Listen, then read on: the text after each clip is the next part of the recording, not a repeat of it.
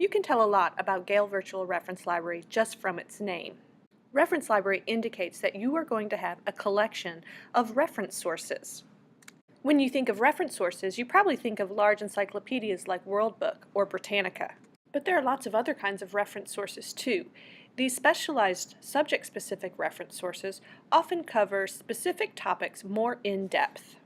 That's the kind of reference source you'll get in GVRL, subject-specific reference sources. The virtual part of the title indicates that you are accessing these reference books on a computer. Although all of these books did appear in print first, you are accessing them through the virtual library. Because all of these books did first appear in print, when you click on a title for one of these books, you will see that you can get a scanned copy of every page in that book.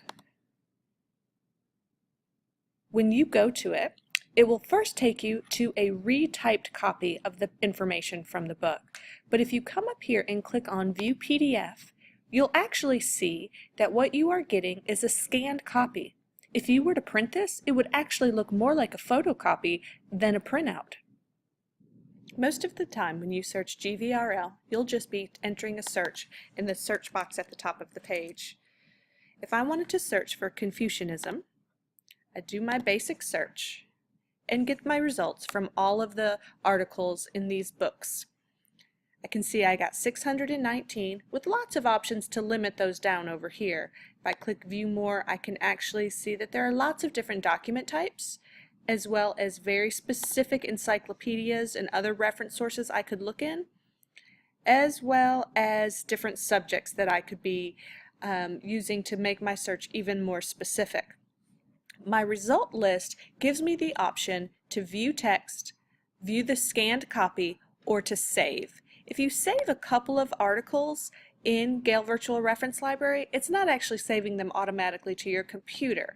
But when you hit that save, you can then come to More and go to your folder, the My Folder link, and it will keep track of all of the things that you saved to your folder. You then have the option to email or print the articles that you've saved. The other option are the citation tools. Of course, it's going to try and give us an MLA citation, and GVRL actually does a pretty good job, but it's not quite right MLA style. So I have all of the information here that I will need, but I would need to put it in Noodle Tools to make sure it's just right. The other thing I want to point out is the URL it gives us here. If you are just going to save URLs in a Google Doc or something like that to get back to later, make sure you use this URL and not the one in the address bar at the top of the screen. They're very different. The one in the address bar has session information, and so it's actually not going to get you back to where you want to get. You need to use the URL given in the citation information. Let's take a quick look inside one of the articles to see what kind of tools are available.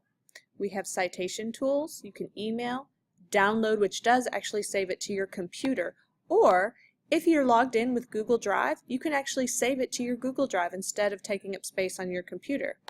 You can print it.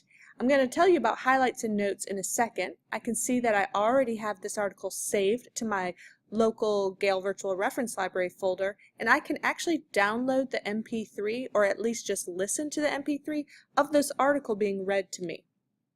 But let's talk about highlights and notes and what it does. If I highlight some text in this article, I get a pop-up menu that allows me to highlight, take notes, or cite. If I highlight, I can choose a color. I can add annotations in the notes, and I can go to cite, and it gives me that citation again and the URL for this article. Well, we've talked about how that citation isn't quite right, but something that is really cool is if you click on Add Snippet, it gives you the piece of text which you have highlighted as well as the MLA parenthetical citation for that text. So that's pretty cool. And then if you come up to Highlight and Notes, it will actually show you what you have highlighted and have taken notes on for that article. And you can also go up to More and go to Highlights and Notes, and it will keep track of all of the highlights and notes you've done while you've been using Gale Virtual Reference Library, and then you can print or email or download those notes and highlights over on the right. The last thing I want to talk about is everything that's available under the More link. We've talked about My Folder and Highlights and Notes. You have a history of all of the searches you have done, as well as help and a dictionary. The title list can be kind of handy when you want to find out if a particular title is available. But I want to go here to show you one thing. If you scroll through the list, you'll see that sometimes a lot of books have the same title. We're going to look at History and Dispute as an example.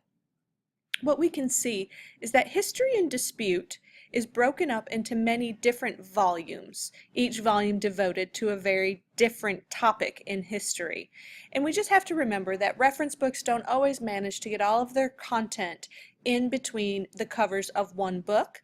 They often separate it out into these different volumes. And so many of the sources in Gale Virtual Reference Library do have volume numbers. And so that's just something to remember.